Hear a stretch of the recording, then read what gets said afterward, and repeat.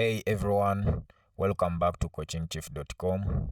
Today we are going to look at one of the most interesting concepts in physics.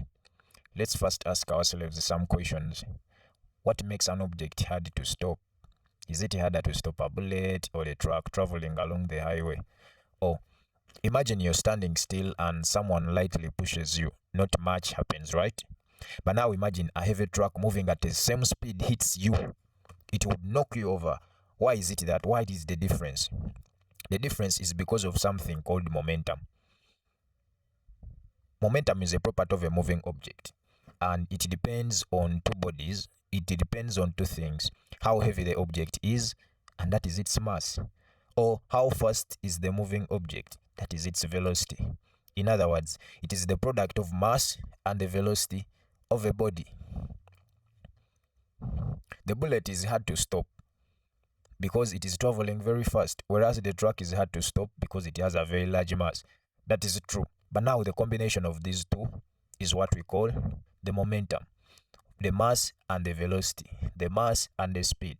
Something which has a bigger mass has a higher momentum. Something which has a bigger velocity has a higher momentum. So momentum is the product of mass and the velocity of a body. For example, if you have a lorry that has a mass of 10,000 kilograms and a velocity of 3 meters per second, what is the momentum of that lorry? The momentum is going to be get the mass of the lorry multiplied by the velocity of the lorry, which is 10,000 times 3, and that is 30,000 kilograms meters per second. Let's think again. Which one has a more momentum? A bicycle moving slowly or a truck moving slowly? And why? Exactly.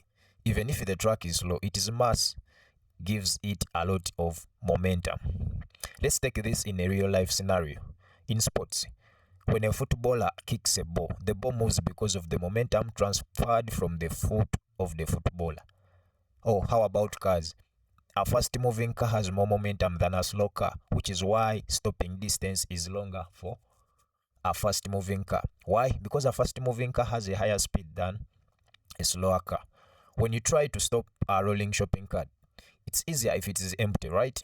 Because when it is empty, there is nothing inside, and less mass, less momentum, and therefore it is harder if it is full mass.